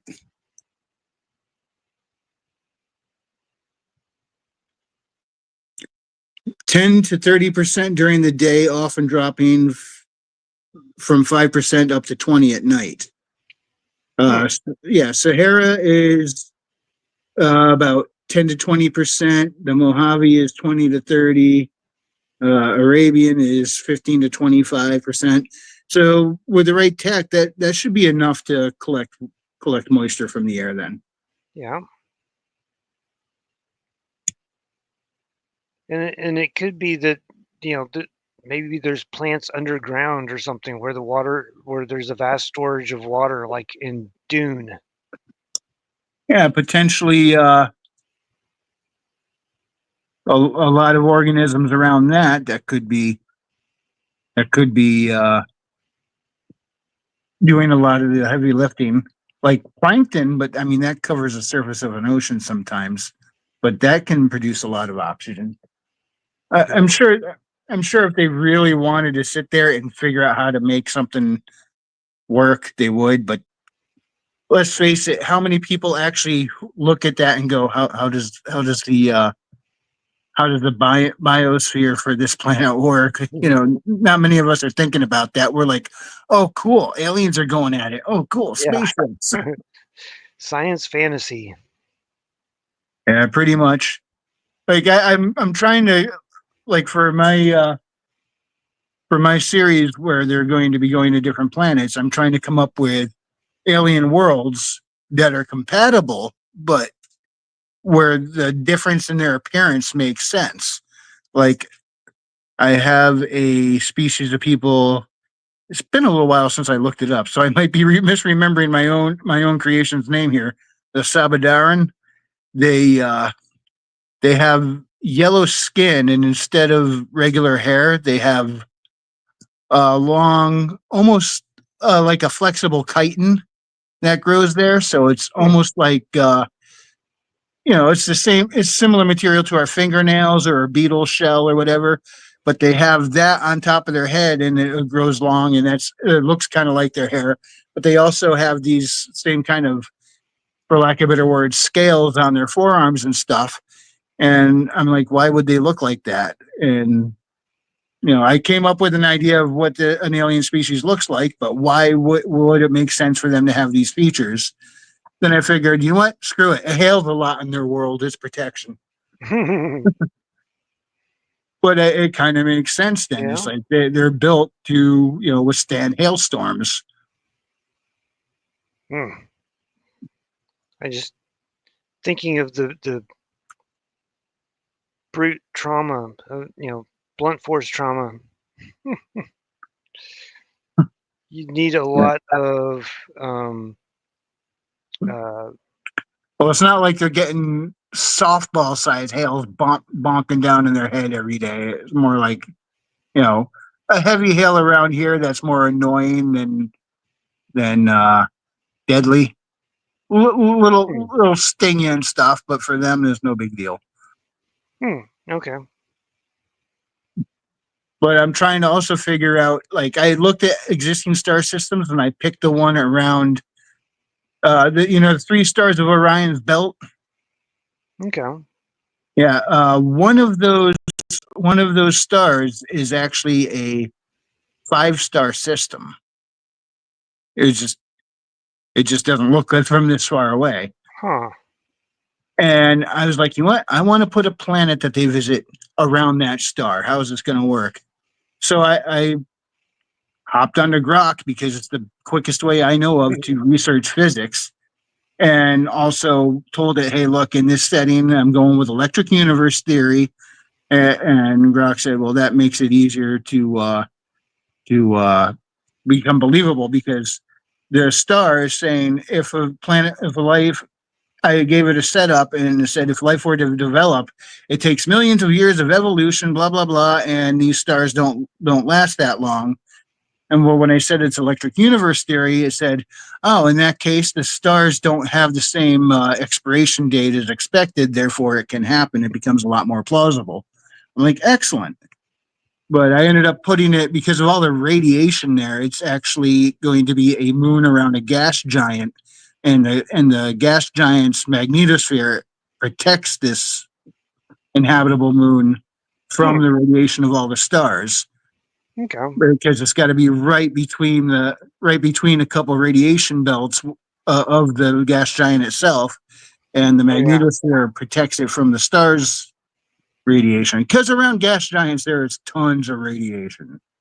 Oh yeah. Tons. Like we couldn't go hang out in the space station in orbit of Jupiter. We'd fry to death without realizing it. No, it's the Mintaka star system is what it's called.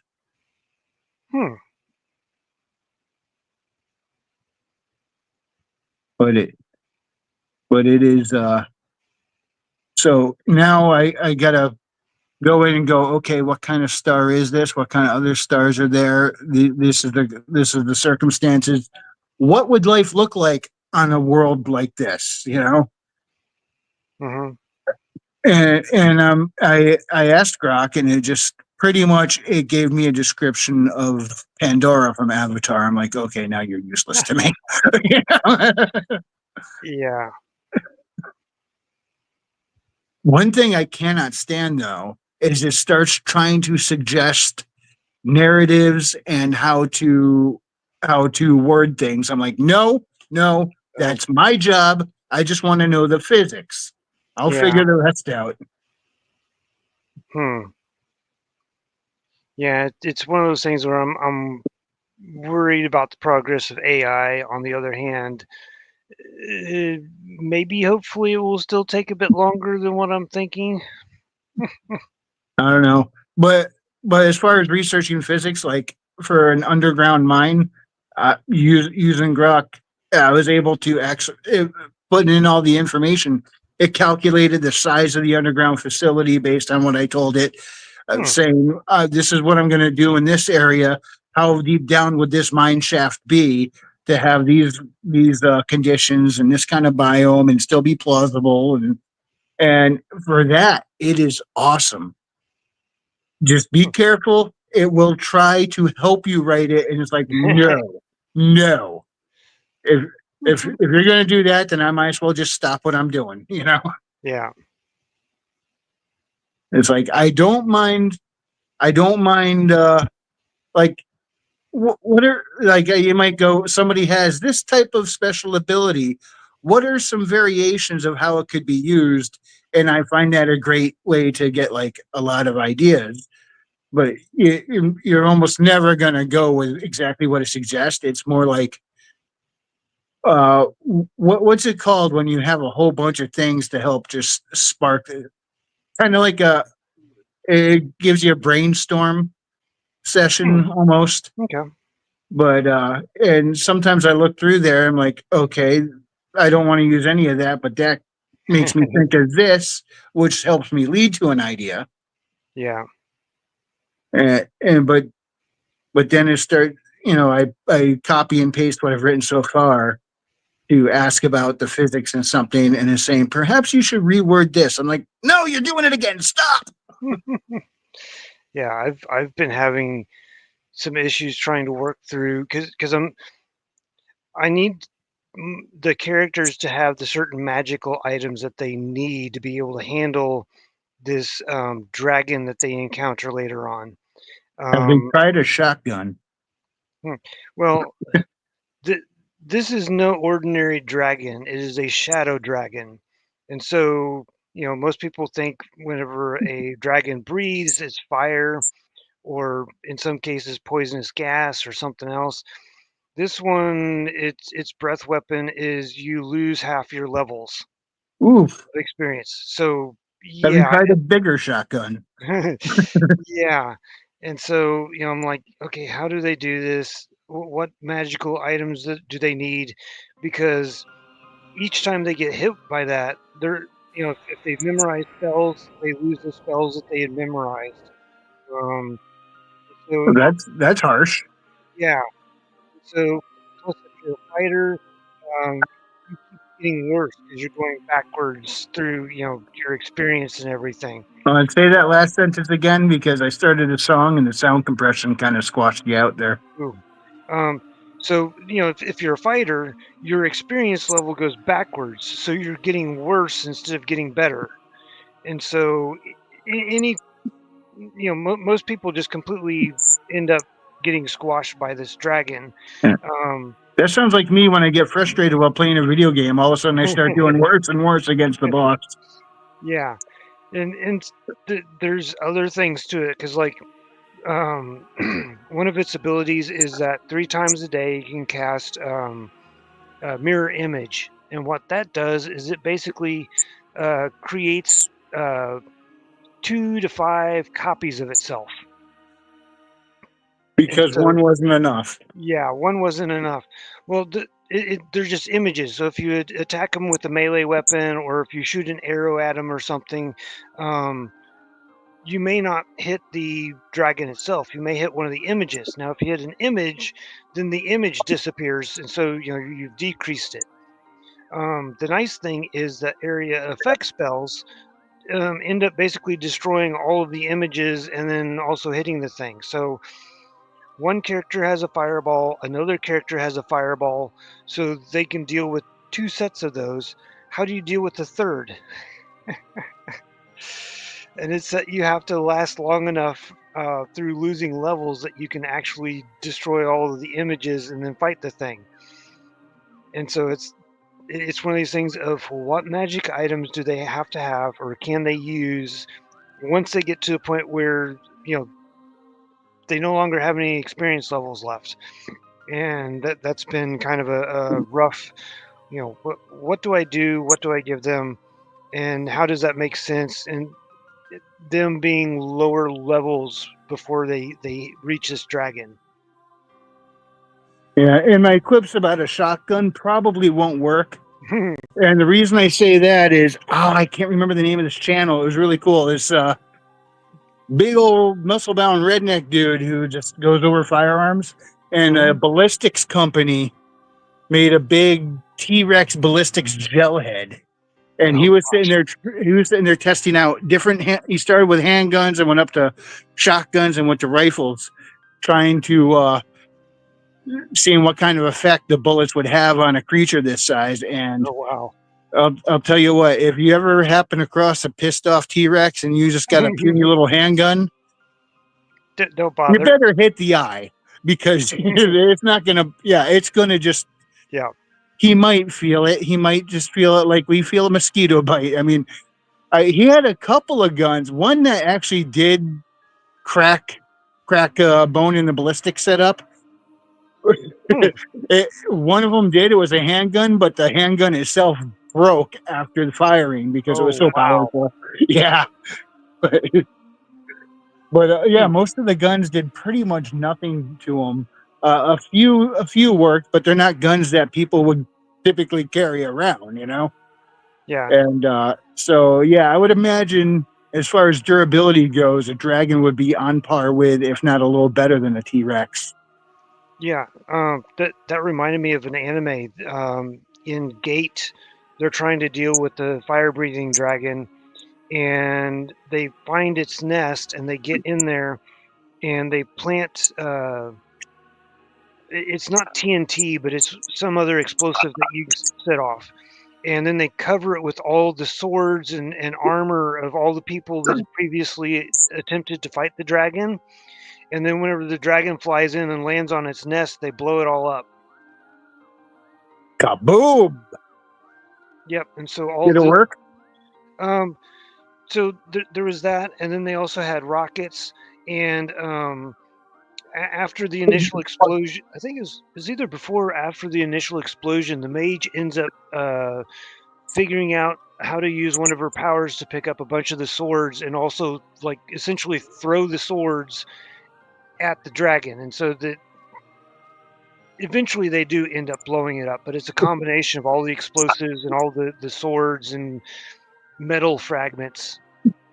Yeah, I'm waiting for the one where someone's got just a regular handheld pistol. Dragon's coming at him. He shoots, bang, bang, bang, bang, nothing. Runs out of bullets, throws the gun at him, and knocks his ass out with it.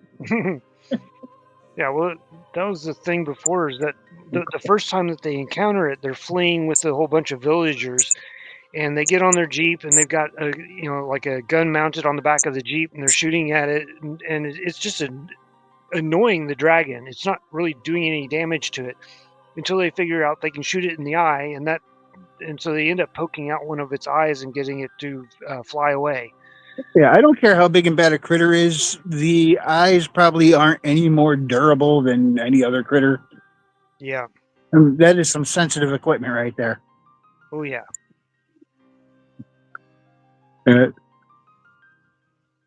What was it? I saw it was with Dean Cain years ago. I think it was called Dragon Fighter. It was made for TV movie. It's like I watched it because cool, Dean Cain. Oh cool, they're fighting a dragon in modern times. This should be interesting. It was horrible. Was that the one where like the dragons had been reborn or something? And I don't know, but like destroying everything? 3 different times he was crawling through a vent and the dragon breathed fire in the vent and he popped out the other side just in time as the flames came out. And I swear they used the exact same footage all 3 times. Oh gosh. But then they would get a little logical when the jets come out to go do battle with the dragon. All of a sudden, they're cold-blooded. They don't have a heat signature, so the missiles can't get a lock. And the dragon's doing all these barrel rolls and fancy twists in the air to avoid the missiles. Wow. That it breathes fire, but it's too cold to have a heat signature. Well, if the fire is a result of a chemical reaction, like 2 different chemicals mixing together as he exhales and igniting out there. I don't remember. It's been years. It was a bad made-for-TV movie. But I think they might have used the fact that when he was breathing fire, they could at least get close to him or something. I really don't remember. All I know is Arnie from Terminator 2, when he came out carrying that Gatling gun, that's what you need to take out a dragon. I think the dragon will feel that one. Yeah. It was the caliber of the weaponry that they were using was just not good enough. Like the handheld rifles that they were using, just the bullets bounced off. The Gatling gun or whatever the machine gun was that was mounted to the Jeep was the only thing that like annoyed it enough that it would stay away and stuff. He's like, don't touch that, it stings. Yeah, and it was like the RPGs that they had to use in order to blast it to get it to actually flee. And then later on, whenever they're using airplanes, because the Japanese have military jets, they had missiles that were even heavier payloads that they used against them. Yeah. Anyway, we are coming up on 10 o'clock, so it's kind of time to start wrapping up. So why don't we hop into parting plugs? Unless there's something else you got on your mind that you want to talk about right now. We don't have to call it a hard stop at 10. Nope, in fact, we usually don't. But yeah, I'm kind of out of stuff. Yeah, don't you hate it when that happens? Yep. But you're out of stuff to talk about yet. As soon as you try and lie down, your head hits the pillow and your brain doesn't shut up about all sorts of stuff. Yeah. Oh man, I should have talked about that. All right. I'm gonna say check out Herman P. Hunter's The Revenant and the Cult, Book 2. It was a good book, and he said he's currently working on the next one. All right. He's got The Revenant in the Tomb, then The Revenant in the Cult, and then what was the name of the third one? It's out now. Well, I think The Revenant and the Cult, there was book 1 and book 2. I don't know if they had a specific. Oh, book 2 is The Terror in the Witchwood. I don't remember. That's it, The Witchwood. Yeah. I don't remember what the subtitle was on book 1. I think I have it sitting here somewhere. Nope, that's the Revenant in the Tomb. I don't know what I did with the Revenant. Oh, that's right. I got that on audiobook. I don't have the physical copy yet, but I will be getting that. My other books are of his are downstairs, so not an easy grab. He also has one, I believe, is set in the same universe, but in a different time period, The Wizard's Stone. Yep. That's another one I still need to read. I haven't read that yet, but I think it ties. I think there might be aspects of it that tie in with the Fulton Witchwood parts. I'm not certain, so don't quote me on that. I say a lot of things I'm not certain of tonight, don't I? Yeah, I believe that one takes like the Hull Cedric and stuff. The Revenant and the Cult stuff was supposed to be like the ancient history to set up the stuff in the Wizard's Stone. But I have not read that one either. Yeah, I probably should before I read the Witchwood one. That way, I got all the lore and I have a better concept of what's going on. But I think you could read it with or without either way. But I'd like to lore dig, you know. Yep. Anyway, you can find my stuff on Amazon. We got Haley Star Bad Kitty and Bad Kitty Haley's World, a magic-fueled sci-fi adventure. And you can find that by typing in Bad Kitty Frequency Studios on Amazon. It'll pop right up. Also, check out my Substack, also under Frequency Studios, as well as Twitter, Truth, Blue Sky, and Mind, if I ever remember to actually go on these things. Oh, well, thank you so much, everyone, for joining us tonight, and we'll be back again next week. Tomorrow, check out Frederick Guimond's Proof of Comics at 8 p.m. Eastern. Thank you very much for everyone for joining us. Have a great night, and God bless.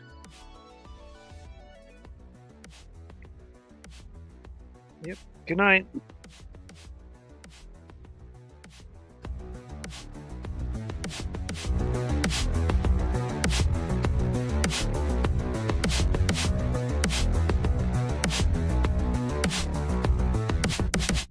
Jewish space lasers.